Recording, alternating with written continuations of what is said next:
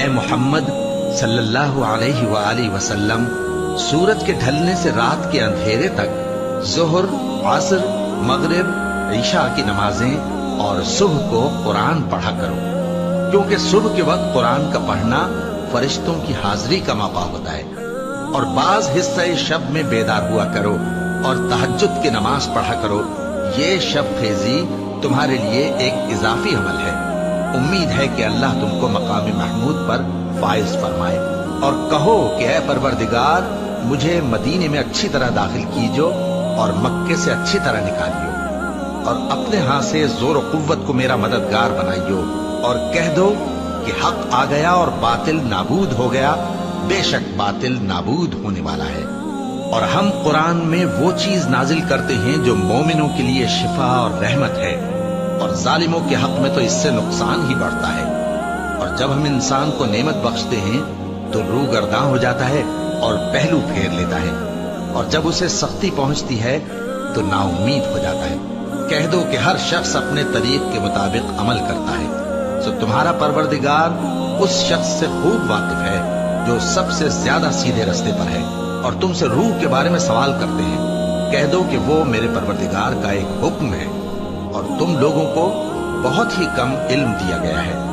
اور اگر ہم چاہیں تو جو کتاب ہم تمہاری طرف بھیجتے ہیں اسے دلوں سے محو کر دیں، پھر تم اس کے لیے ہمارے مقابلے میں کسی کو مددگار نہ پاؤ، مگر اس کا قائم رہنا تمہارے پروردگار کی رحمت ہے، کچھ شک نہیں کہ تم پر اس کا بڑا فضل ہے۔ کہہ دو کہ اگر انسان اور جن اس بات پر مجتمع ہوں کہ اس قرآن جیسا بنا لائیں تو اس جیسا نہ لا سکیں گے،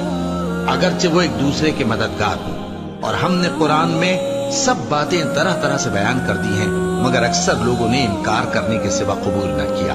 اور کہنے لگے کہ ہم تم پر ایمان نہیں لائیں گے جب تک کہ عجیب و غریب باتیں نہ دکھاؤ، یعنی یا تو ہمارے لیے زمین سے چشمہ جاری کر دو، یا تمہارا کھجوروں اور انگوروں کا کوئی باغ ہو اور اس کے بیچ میں نہریں بہا نکالو، یا جیسا تم کہا کرتے ہو ہم پر آسمان کے ٹکڑے گرا دو، یا اللہ اور فرشتوں کو ہمارے سامنے لے آؤ، یا تمہارا سونے کا گھر ہو، یا تم آسمان پر چڑھ جاؤ اور ہم تمہارے چڑھنے کو بھی نہیں مانیں گے جب تک کہ کوئی کتاب نہ لاؤ جسے ہم پڑھ بھی لیں۔ کہہ دو کہ میرا پروردگار پاک ہے، میں تو صرف ایک پیغام پہنچانے والا انسان ہوں۔ اور جب لوگوں کے پاس ہدایت آ گئی تو ان کو ایمان لانے سے اس کے سوا کوئی چیز مانے نہ ہوئی کہ کہنے لگے کہ کیا اللہ نے آدمی کو پیغمبر کر کے بھیجا ہے؟ کہہ دو کہ اگر زمین میں فرشتے ہوتے کہ اس میں چلتے پھرتے اور رہتے بستے تو ہم ان کے پاس کسی فرشتے کو پیغمبر بنا کر بھیجتے۔ کہہ دو کہ میرے اور تمہارے درمیان اللہ ہی گواہ کافی ہے، وہی اپنے بندوں سے خبردار ہے اور ان کو دیکھنے والا ہے۔ اور جس شخص کو اللہ ہدایت دے وہی ہدایت یاب ہے، اور جن کو گمراہ رہنے دے تو تم اللہ کے سوا ان کے رفیق نہیں پاؤ گے۔